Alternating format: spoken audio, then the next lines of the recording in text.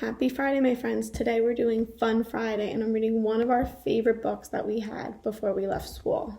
It's the Sneetches. All right, let's see. Now the star-belly Sneetches had bellies with stars. The plain-belly Sneetches had none upon theirs. Those stars weren't so big, they were really so small. You might think such a thing wouldn't matter at all. But because they had stars, all the star-belly Sneetches would brag, "We're the best kind of Sneetch on the beaches." With their snouts in the air, they would sniff and they'd snort. We'd have nothing to do with the plain-belly sort, and wherever they met some, when they were out walking, they'd hike right past them without even talking. When the star-belly children went out to play ball, could a plain-belly play? Not at all. You only could play if your bellies had stars, and the plain-bellied children had none upon theirs. Right? See, look, they have stars, and they have stars. When the star-belly Sneetches had Frankfurter roast, or picnics, or parties, or marshmallow toast, they never invited the plain-belly Sneetches. They left them out cold in the dark of the beaches. They kept them away, never let them come near, and that's how they treated them year after year. They look pretty sad over here. Let's see. Then one day, it seems, while the plain-belly Sneetches were moping and doping alone on the beaches, just sitting there wishing their bellies had stars, the stranger zipped up in the strangest of cars. "My friends," he announced in a clear and keen voice, "my name is Sylvester McMonkey McBean, and I've heard of your troubles. I heard you're unhappy, but I can fix them. I'm the fix-it-up chappie.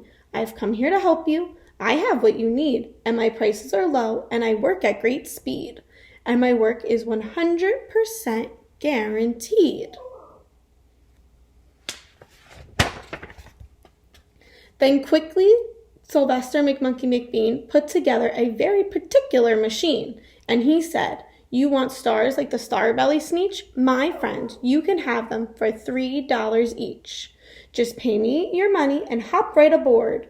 So they clambered inside. Then the big machine roared, and it knocked, and it bonked, and it jerked, and it burked, and it bopped them about, but the thing really worked. When the plain-belly Sneetches popped out, they had stars. They actually did. They had stars upon theirs, right? So they go in the machine, they have no stars, and look, when they come out, they have all those stars.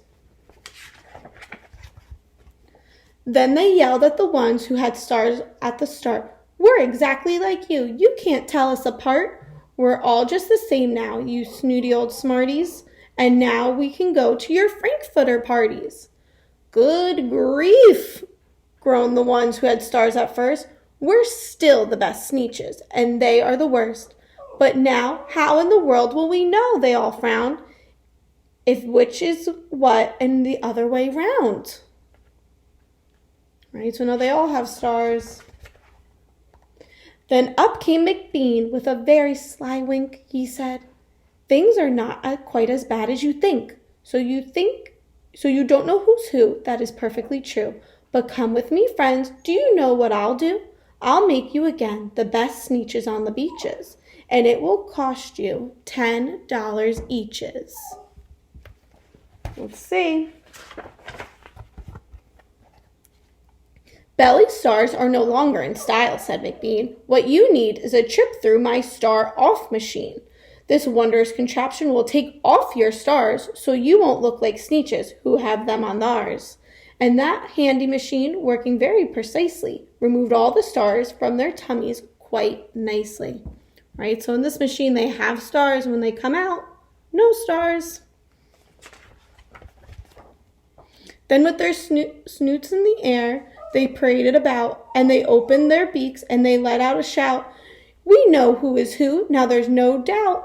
The best kind of Sneetches are Sneetches without." Then, of course, those with stars got frightfully mad. To be wearing a star now was frightfully bad. Then, of course, old Sylvester McMonkey McBean invited them into their star-off machine.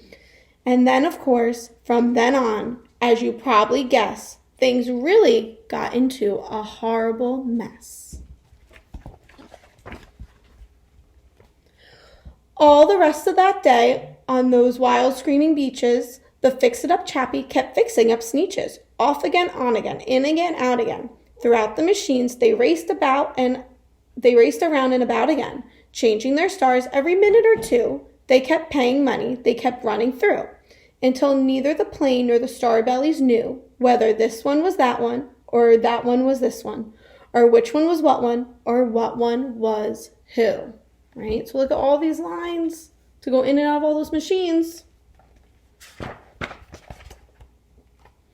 Then when every last cent of their money was spent, the fix-it-up chappie packed up and he went, and he laughed as he drove in his car up the beach.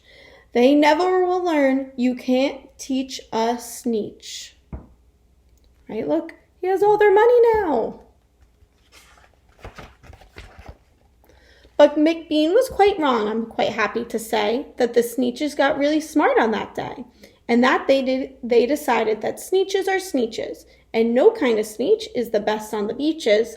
That day, all the Sneetches forgot about stars, and whether they had them or none upon theirs. And that is it. That was the Sneetches. I hope you have a great Friday, my friends. See you soon.